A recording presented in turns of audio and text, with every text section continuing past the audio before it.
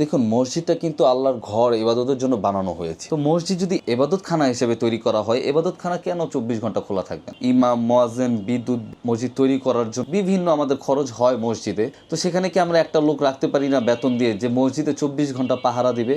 বা 2জন লোক থাকবে যারা 12 ঘন্টা করে পাহারা দিবে? মসজিদ কিন্তু আওয়ামী লীগ, বিএনপি, জামাত, হেফাজত শিবির, মসজিদ কমিটি কারোরই বাপের টাকায় তৈরি না। এটা পাবলিক প্রপার্টি, সকলেই টাকা দেয় আল্লাহর ঘর হিসেবে। এটা কেন বন্ধ থাকবে? পুরুষ মানুষ হিসেবে আমরা যখন রাস্তায় চলাচল করি, আমাদের বিভিন্ন সময় প্রাকৃতিক ডাকে সাড়া দিতেই হয়। আমরা কিন্তু মহিলা মানুষ না, আমরা প্রচুর পানি পান করি, প্রচুর পরিশ্রম করি, দৌড়াদৌড়ি করি, আমাদের রাস্তাঘাটে অনেকবার খেতে হয়, আমরা রাস্তায় থাকি। মুরব্বী উত্তেজিত হবেন না, আপনার নিরাপদ ভারসাম্য মসজিদ দরকার। ছোট্ট সামান্য এই পদক্ষেপটি মসজিদকে কিন্তু 24 ঘন্টাই খোলা রাখার জন্য যথেষ্ট। আপনি কি বলেন? মুরব্বী, আমি তো বলি আপনি নিজেই সামাজিক কাজে লেগে পড়েন।